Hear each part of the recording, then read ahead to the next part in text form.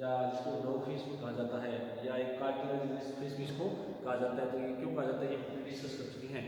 आज अपने जनरल इसकी जो स्ट्रक्चर है उसको थोड़ा सा डिस्कस करेंगे।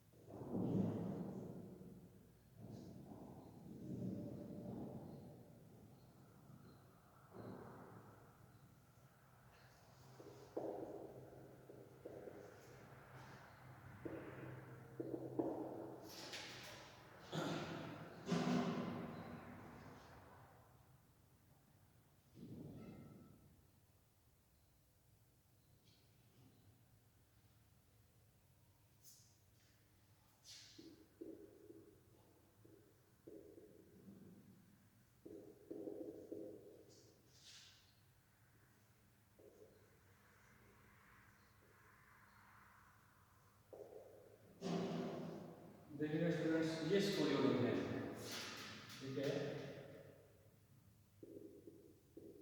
स्कोरियोडोन। इसके बारे में जब देखें तो जनरल स्ट्रक्चर अपने को दिख रही है, आकार अपने को दिख रहा है, लगभग जो इसका साइज है वो कितना होता है, 60 सेंटीमीटर तक होता है पूरी लेंथ जो है। तो सबसे पहले इसके तीन भाग है, हेड, ट्रंक और टेल। तीन भागों के अंदर इसको क्या करेंगे, डिवाइड किया गया है, विभाजित होती है। हेड जो है वो आगे की ओर एक कह सकते हैं कि पूरा संरचना होता है, इस प्रकार से इसको स्नोट कहते हैं, इस स्ट्रक्चर को स्नोट कहा जाता है। सिर का ऊपर भाग, ये इसकी आई है, ये नासिक है,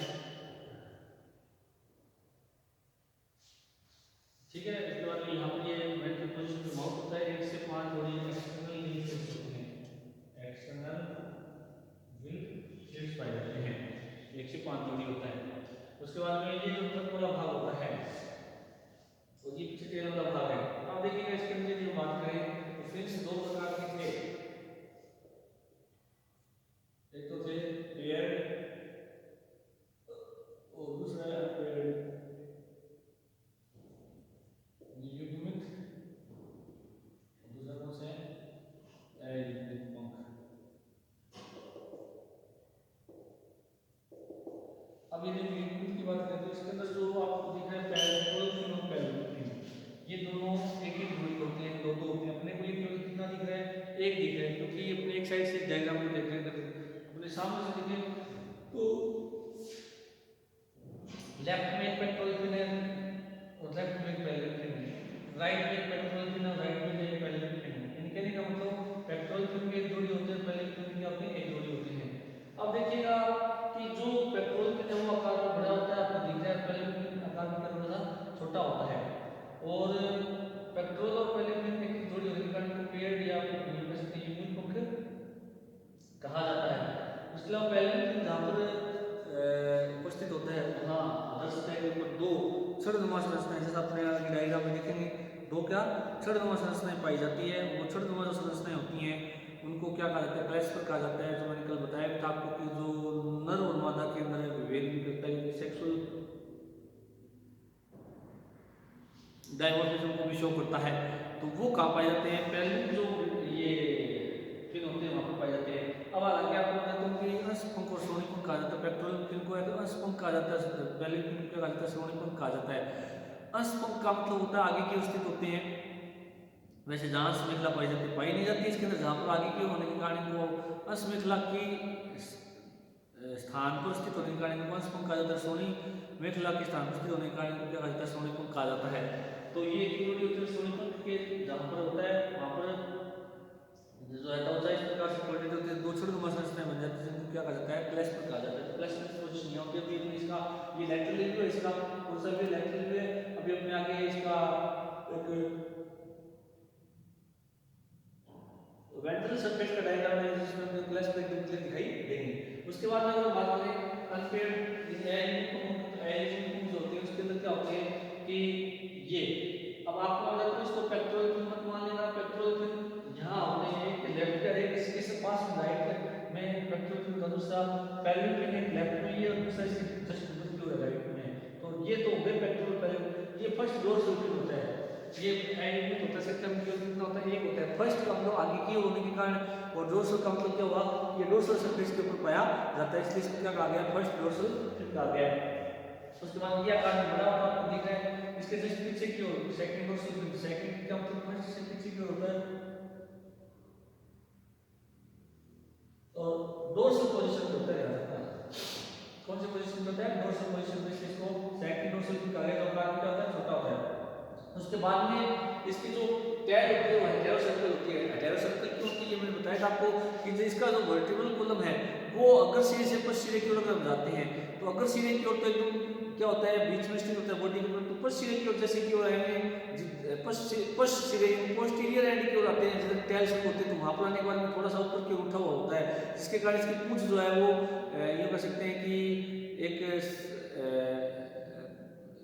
ये कह सकते हैं कि इसमें दो भागों में मतलब बढ़ जाती है अनियमित रूप से। यानी एक तो रेगुलर नहीं इरेगुलर तरीके से दो भागों में बढ़ जाती है। एक ये जो भाग होता है जो टुकड़ा उसमें क्या होता है इसके क्या करते हैं हेटेरोसेक्सुअल को सीधा ये ध्यान रखें। तो जो वर्टिब्रल कॉलम होता है वो क्या होता है टेल में जाकर कभी उठा हुआ होता है, इसका टेल जो मजबूत उठी ठीक होती है इसलिए क्या कहता है हेटेरोसेक्सुअल टेल कहा जाता है। अब देखिएगा हेटेरोसेक्सुअल जो टेल होती है वहां पर उसके चारों पाए जाने वाला जो फिन होता है उसको कॉर्डल फिन कहा जाता है। क्या कहा जाता है? Caudal fin. अब कॉर्डल फिन आपको दिखेगा यहाँ से स्टार्ट करके ये पूरा पूरा कॉर्डल फिन है आपको बता दें ये कॉर्डल फिन है इसका पूरा। अब कॉर्डल फिन की दो लोब होते हैं, एक अपर लोब होता है, अपर लोब का लोब होता है और ये कौन सा होता है? लोअर लोब होता है। तो अपर लोब दिख रहा है आपको तो पूरा संबंधित है, संबंधित का मतलब पूरे एक मतलब कह सकते हैं कि एक लाइनियर या कह सकते हैं कि सिस्टमैटिकली पूरी टेल में घेरे रहता है। जबकि जो लोअर लोब होता है इसका कॉर्डल फिन का वो आपको दिख रहा है कि दो भागों में बटा होता है। ये इसके बीच में ग्रूव होती है, क्या होती है? ग्रूव पाई जाती है दोनों के बीच। ये भी लोअर लोब है इसकी कॉर्डल फिन की, ये भी लोअर लोब है इसकी कॉर्डल फिन की। अब आपको दिख रहा है कि यहाँ पर ये जो है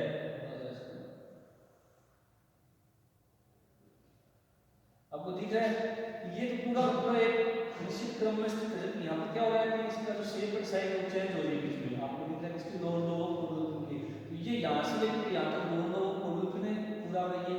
ये अपर ब्रांच है, ये कौन से लोअर ब्रांच? लोअर ब्रांच जो है वो दो ग्रुप एक ग्रुप के दो भागों में बंटी होती है। उसके बाद में बात करें तो कुल कितने अनपेड पेड तो हुए दो और अनपेड कितने हुए? तीन फिन हो गए। कौन कौन सा? पहला तो डोर्सल फिन हो गया फर्स्ट, फिर सेकंड डोर्सल फिन, फिर कॉर्डल फिन और एक फिन और बच गया कौन सा? Ventral fin. वेंट्रल फिन जो वेंट्रल पोजीशन में पाया जाता है ये संख्या में कितना होता है? एक होता है, क्योंकि डोर्सल फिन कॉर्डल फिन और वेंट्रल फिन संख्या में कितने होते हैं? केवल एक एक होते हैं। डोर्सल फिन डोर्सल पोजीशन पे होता है, जो आगे की ओर है उसको क्या कहा गया है? फर्स्ट, थोड़ा पीछे की ओर उसको सेकंड कहा गया। कॉर्डल फिन जो पूंछ के चारों ओर पाया जाता है और जो वेंट्रल फिन है वो मछली के वेंट्रल पोजीशन के अंदर पाया जाता है। उसके बाद में यदि हम बात करें जहां पर वेंट्रल फिन और जहां कॉर्डल फिन स्टार्ट होता है वहां पर एक पिट पाई जाती है, इसको वेंट्रल कॉर्डल पिट कहा जाता है। तो खास होती है यहीं पर क्या स्थित है इसकी पोजीशन होती है क्लोएका। यानी क्लोएका क्या होती है इसके अंदर पोजीशन पाई जाती है जहां पर क्या स्थित होता है इसका वेंट्रल फिन समाप्त होता है। वहां पर क्या होती है इसकी क्लोएका पोजीशन होती है।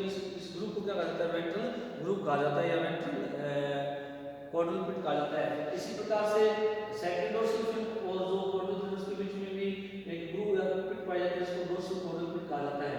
तो ये डोर्सल पोजीशन पे गड्ढा होता है, ये कौन सी पोजीशन पे होता है? वेंट्रल पोजीशन पर। यहीं पर क्या पाया जाता है इसका अपने क्लोएका या वास्कुलर में बताया था कि इसका जो यूरोवेंट्रल सिस्टम है और जो इसका जो एनएस का जो अंतिम छिद्र है वो कहां खुलते हैं? इससे क्लोएका के अंदर खुलते हैं, इसलिए इसको क्या कहा जाता है कि एनएस ने कि यूरोवेंट्रल और कहा जाता है क्या कहा जाता है? क्लोएका पाया जाता है। इसका मतलब समझ में कार्टिलेजिनस जो पीसेस होती है इसके अंदर क्लोएका या वास्कुलर पाया जाता है। उसके अलावा यदि हमने बात करें लैटरल लाइन सिस्टम की जो विशेषता होती है जो उसका तो संवेदी तंत्र होता है जो कि जल के अंदर रहने वाले चेंजेस को क्या करता है? इसको ज्ञान करवाता है। और नार्सिस आपको दिख रहा है अंदर से फ्लोर से ठीक पीछे की ओर उसके ठीक पीछे माउथ होता है।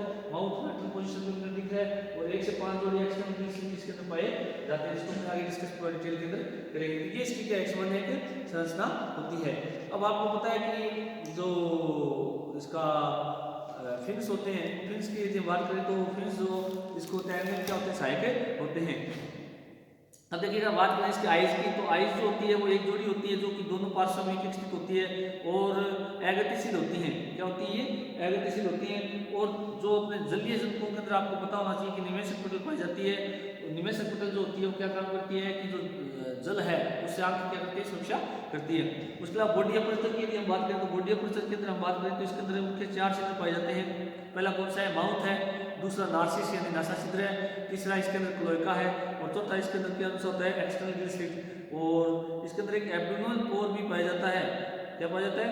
एब्डोमिनल पोर भी पाया जाता है और लेटरल लाइन पोर्स भी इसके अंदर पाए जाते हैं। कॉर्डल पिट भी पाई जाती है। एम्पुलियो लोरेंजिनी के जो छिद्र है उनको एम्पुला पोर्स भी कहा जाता है। और ये जो एम्पुली पोर्स जो होते हैं ये इसके थर्मो रिसेप्टर ऑर्गन होते हैं। यानी इसके अंदर पूछा जाता है कई बार 1 नंबर का क्वेश्चन आता है कि एम्पुली ऑफ लोरेंजनी कास्टिक होते हैं। तो एम्पुली ऑफ लोरेंजनी जो है ये यहाँ छिद्र का ये वाला जो ये होता है यहाँ पाए जाते हैं इसमें। और ये कहाँ खुलते हैं ये छिद्र? एम्पुली ऑफ लोरेंजनी के अंदर खुलते हैं, जो कि इसका थर्मोरिसेप्टर ऑर्गन होता है, ताप संवेदी अंग होता है किसका? स्पोलियोडोर का, जिसका डेफिनेटली क्वेश्चन होता है। तो इसके अंदर छिद्र हम देखिएगा कौन कौन से हो गए। पहला छिद्र कौन सा हो गया? माउथ। दूसरा कौन सा हो गया? नासिरस नासा छिद्र। तीसरा एक्सटर्नल ग्लिसिड। उसके बाद में क्लोइकल अपर्चर।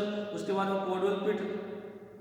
कोडल पिट जो है दो डायग्राम दिखा रखे हैं कौन कौन से। एक तो वेंट्रल कोडल पिट है, कौन सा होता है? डोर्सल कोडल पिट। उसके अलावा लैटरल लाइन सिस्टम जो होता है ये मैंने बता दिया कि छोटे छोटे छिद्रों की सहायता से दोनों पार्ट्स में खुलता है, दाईं साइड में भी खुलता है और बाईं साइड में भी खुलता है, जो कि मछलियों का संवेदी अंग होता है। उसके बाद में लास्ट जो है एम्पुलरी पोर्स होते हैं, जो एम्पुला ऑफ लोरेंजनी के पोर्स होते हैं। तो ये जो छिद्र हैं ये इसके अंदर मोस्टली पाए जाते हैं। तो स्टूडेंट्स आज हम जो इसकी मोर्फोलॉजिकल स्ट्रक्चर है वो इसको अपने डिस्कस कर लिया। कल अपने इसका वेंट्रल पोजीशन से एक डायग्राम लेंगे। वेंट्रल पोजीशन के अंदर अपने देखेंगे कि जो पेट्रोल पिन और पैलेट पिन है वो एक जोड़ी होती है, और साथ के अंदर इसके अंदर क्या पाए जाते हैं? जो क्लोइकल जो क्लोइकल क्या क्लेस्पर या जो मैथुनी ऑर्गन जो होते हैं जो केवल नर के अंदर पाए जाते हैं। तो नर का कल अपने वेंट्रल पोजीशन से अपने क्लेस्पर को देखते हुए एक डायग्राम डिस्कस करेंगे। Thank you.